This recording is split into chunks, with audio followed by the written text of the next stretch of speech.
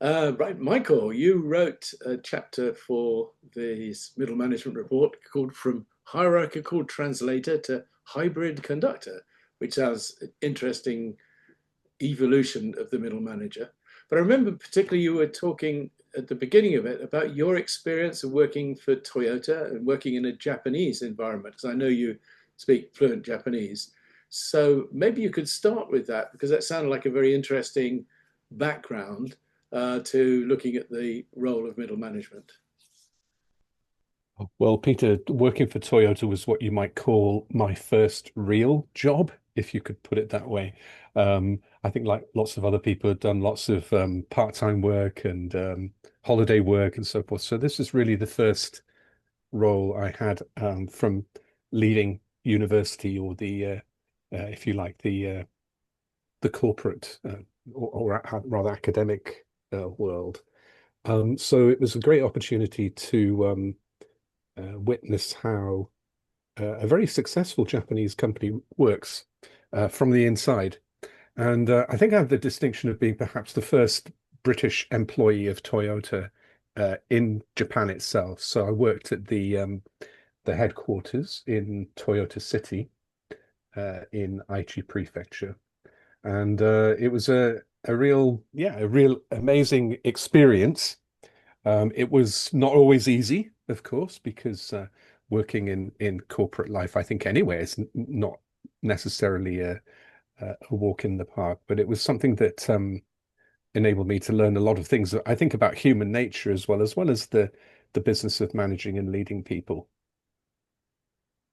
Okay, but the role of middle manager, I imagine, I mean, Toyota are famous for their way of organizing work in a manufacturing environment. Do you see that there the middle management had a particularly fixed role in terms of the Toyota system? I think it became fairly clear fairly early on that the middle manager, the role at that particular point in Toyota's history was uh, absolutely critical. I mentioned in the article that it was where the magic happened in many ways. The sort of not just taking the strategy that came from on high and then translating it into task level um, job, if you like, but also providing a conduit for feedback back up the chain, ideas that people had at the grassroots level. Toyota was a pioneer, for example, of suggestion systems, and those were remunerated suggestion systems as well. So it wasn't just a question of, coming up with an idea and posting it in a cardboard box somewhere. You actually did get recognition for your idea, and if it was an idea with merit, you would get a small, modest amount of money. Even back 40 years ago, that was something that was seen as an important incentive to get people to think about how to improve the work, as it were, at their level. But the people who orchestrated it, um, again, from my perspective as a very lowly and junior employee at Toyota, my perspective was that it was our boss in our little team. This is the Kakaricho, the section head, who was the one who um, interpreted things for us, if you like, made things make sense for us in terms of what the overall direction was. So you'd have your high level, of course, strategy, and the way that that cascaded down then through the different functions of the organization, the way it was translated then into actual tasks was I think where they really came into their own. But Toyota was also famous for things like quality circles, getting people together to suggest improvements. I know you talk about the improvement Mm, scheme. mm, And that strikes me as being almost democratic in nature in terms of individuals having a real say over the mm, way their work was organized. mm, Yet, I hear you describing a relatively authoritarian top-down style of middle management in terms of the then 40 years ago Japanese style. It may have changed somewhat now. Would you mm. describe it as democratic in the way they worked? I think a lot of the time, Peter, at the team level, as a team member, we spend a lot of our time trying to anticipate what our boss would want us to do. So there was quite a lot of that from a very real and human point of view. I think there was a certain amount of uh, authoritarianism. It was not, if you like, a super consensus-driven um, atmosphere, as is often the case with books that talk about the Japanese management style. Um, I think one of the downsides of an extreme form of that is the notion of accountability and culpability. So, when things go wrong, sometimes you actually need to know who made that wrong decision, because that's a way then to ensure that the person does things differently next time and that we don't make the same mistake. But I used to find sometimes when things did go pear-shaped, it was a little bit difficult to figure out where exactly things had gone wrong. People would simply sit there and just look at their nails and look out of the window and assume that it was going to be something that someone else would pick up and take as well, put their hand up and say, "I think that was my erroneous judgment that made that happen," but that didn't happen very often. So I think theory, in terms of management theory, organizational theory, I think is great and it has its place. But at the same time, I think it's really important to realize that in the hurly-burly of actual work life, a lot of these things don't always work out the way you think they will do. I mean, I remember one of my friends who was working at one of the factories in Toyota said that there was a component that very, very often caused a lot of problems. And the much vaunted just-in-time system very often consisted of him having a few sets of these items actually in his desk.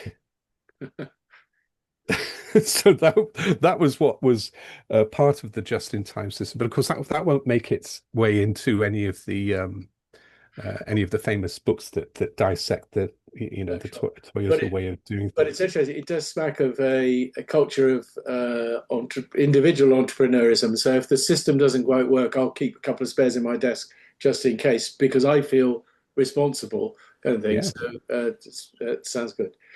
So moving on from Toyota, I guess some of that experience obviously is applied to your thinking about management from then on.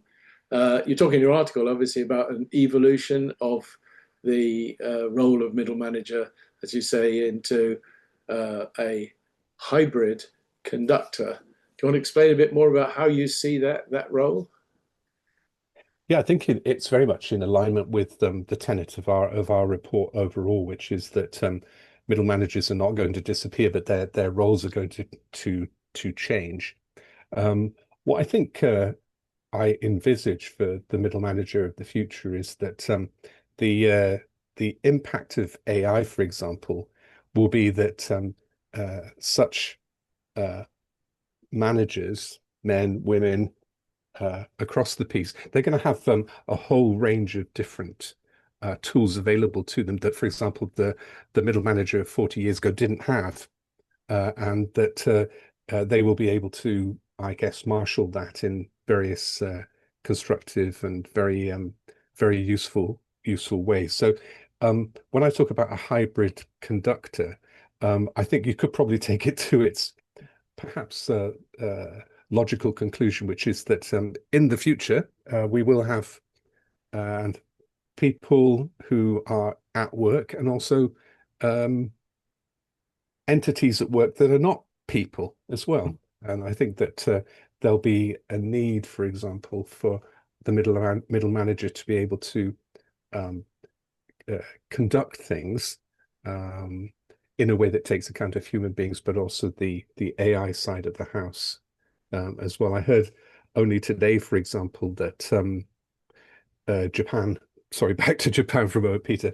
Um, Haneda Airport, which is one of the main airports in Tokyo, is going to be running an experiment as of today for a couple of years until 2028 with humanoid baggage handlers.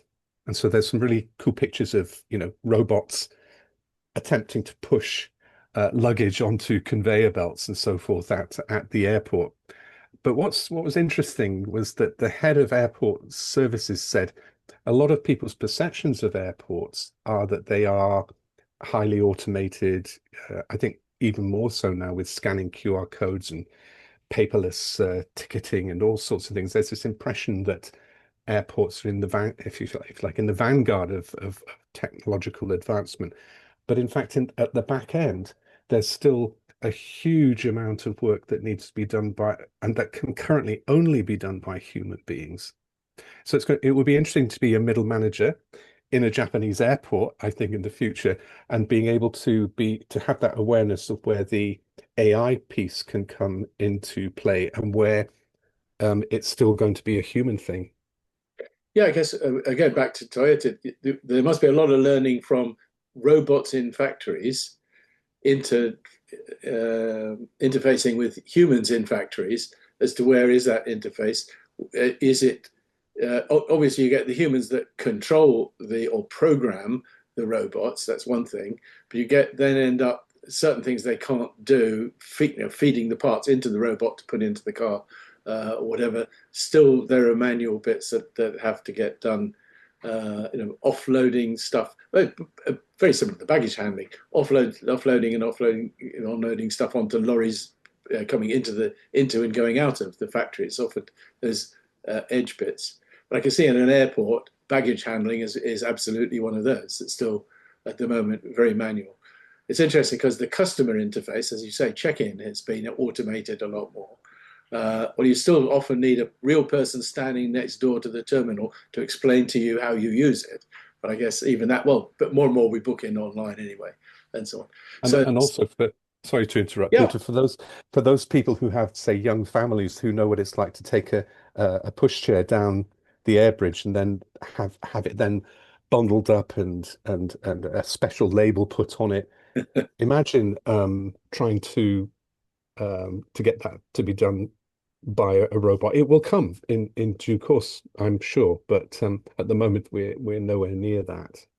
but I guess so. In terms of work design, a lot of work obviously is being done by people like Toyota on the production line because it's fairly obvious there where something physically can be done by a robot versus a human still doing things. In the office and AI, it's for me a much more blurred interface between the two. At what point do you want to have an AI agent do something? For example, dealing with a customer, some people don't like using a bot because it's impersonal and it never quite wants to answer the question. You don't ask it the question it wants you to ask. It won't answer the question. Talking to a human has some value, and that, as you say, is a decision that middle management will have to make more and more.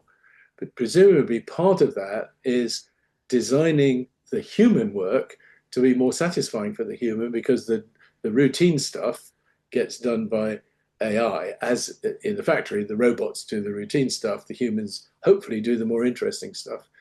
Is that a role for middle managers in terms of designing and managing the human versus the automated work?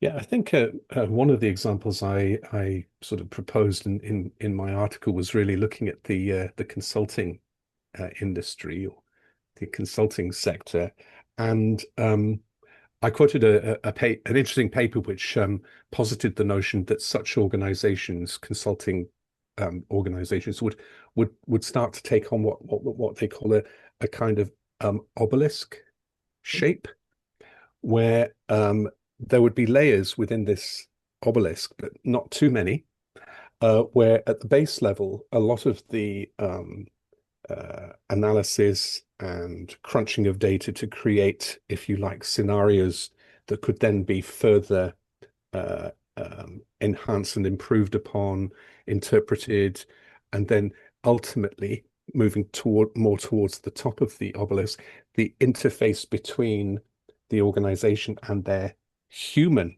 uh, clients would be exclusively done by humans. And in fact, what's so interesting is that the skill level is such that consultants won't be able to blind their clients with science anymore because AI is going to be a great leveler. You Yeah. know, whichever company it is, they're going to come up with some great ideas and suppositions about how the organization could move ahead. But the thing that's going to make the difference is whether or not the client enjoys and treasures the relationship with the partner in that particular organization. That's going to make the difference. And I don't think AI has any potential again as yet to be able to take that away from human beings. So the middle manager is going to be, I think, in a position where, if anything, those qualities of humanness and managing people are actually going to be even more important and more dialed up. Yeah.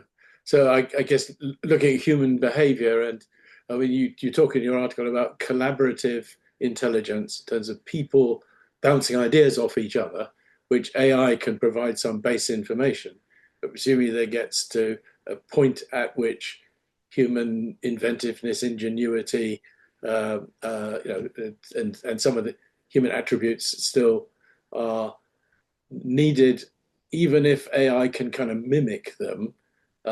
It's still different.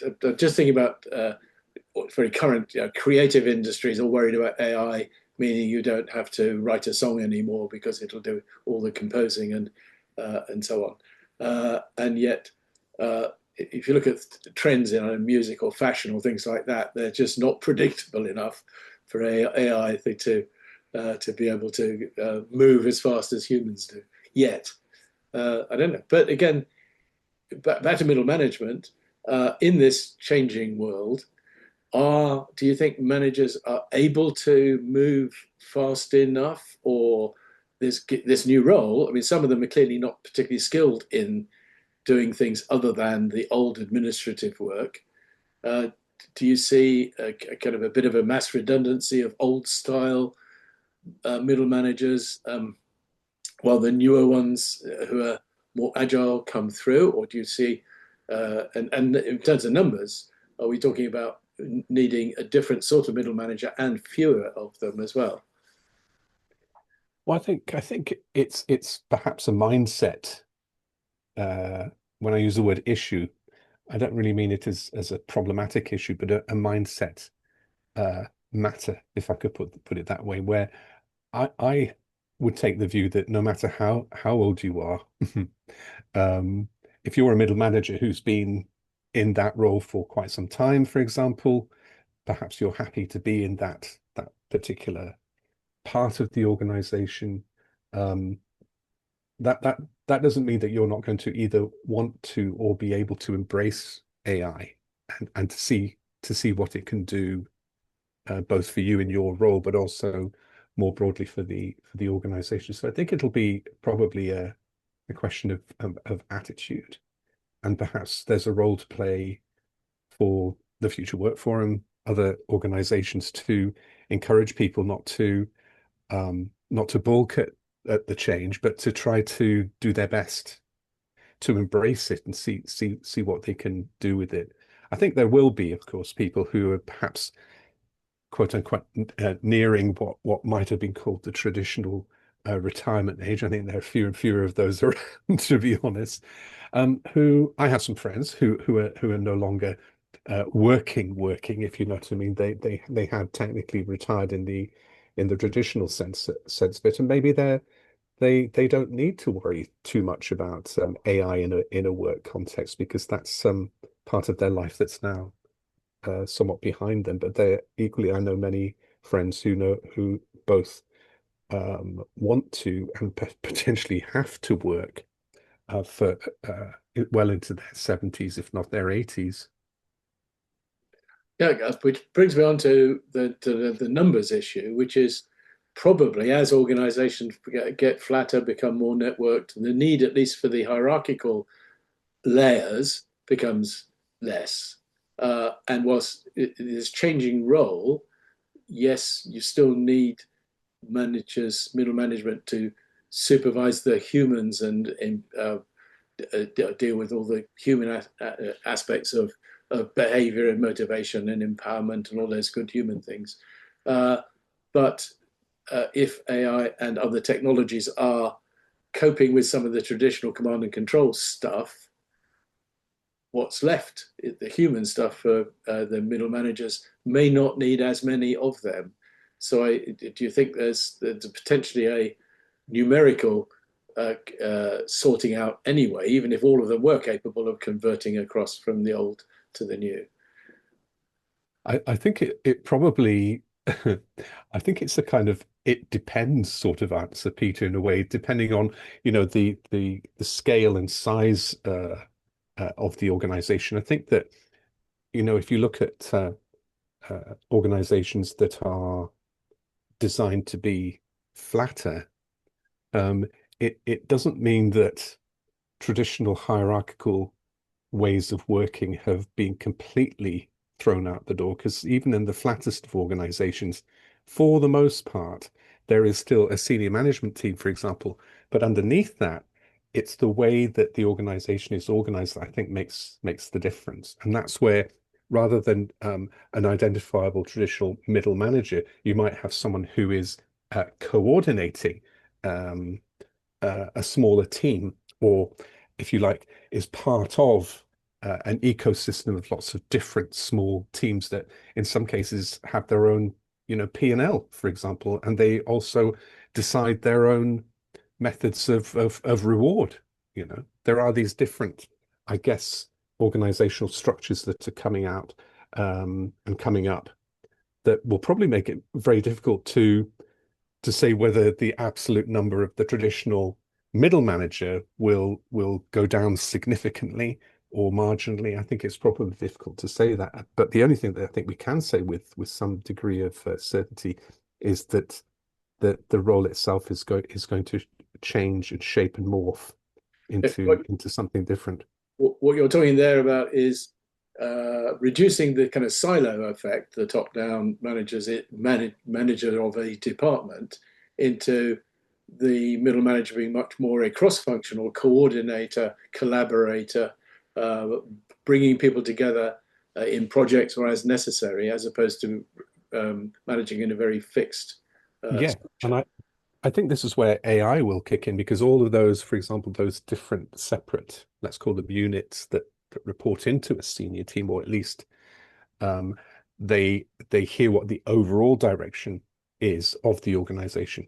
AI can enable them to see in real time um, what's going on in those individual units, which is something that has not really been so easy to achieve, in organizations up Yeah. till now. So they can know what's going on in another department. It, of course, depends on the level of transparency that culturally has been hardwired into the organization as well. So that's where the question of culture comes in, I guess. I was just thinking about that because knowing from sitting in my silo what you're doing wrong in your silo is, of course, ammunition to reinforce the silo wars in a way, depending on culturally how things work across.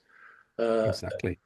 uh, and again, back again to your Japanese experience. The Japanese are famous for working well in teams, collaborating, and we talked about things like you know, quality circles and suggestion schemes and so on. Do you see the kind of the traditional Western organizations moving much more towards a network of teams in terms of people collaborating more? I think I do. I think that's going to be facilitated very much by technology. In some ways, it's already happening, isn't it? When you think about our own community of partners at the Future Work Forum, we use collaborative tools all the time to do our work, if I could put it that way. Imagine if we didn't have Zoom, or if we didn't have WhatsApp, or the capacity to share documents and so on and so forth. We'd be very limited in what we can do in terms of reach and impact. Yeah. So Actually, yeah, I see yeah. this very positively. Okay.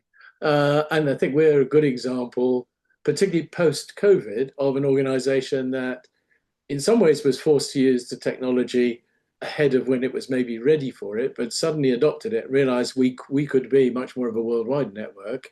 There you are in Singapore and I'm in the UK, with still getting used to.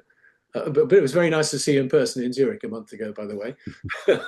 Likewise, yeah. Getting used to contact. I mean, if I would sit here and add up the number of partners in the forum who I have only ever met on Zoom or virtually, there's probably at least a handful. But interesting, I have difficulty doing that because I'd have to stop and think hard about whether I've met somebody face to face or not, because I'm so used to, in our particular case, Zoom being our kind of primary communication pattern. So I guess that's interesting. Just as we come towards the end of this discussion, uh, your views on work becoming more virtual in the future, people not working in the same place so much, people being more comfortable perhaps with online discussions like this, using the internet more, a generation coming through who don't want to meet face to face anymore. Uh, any thoughts on that?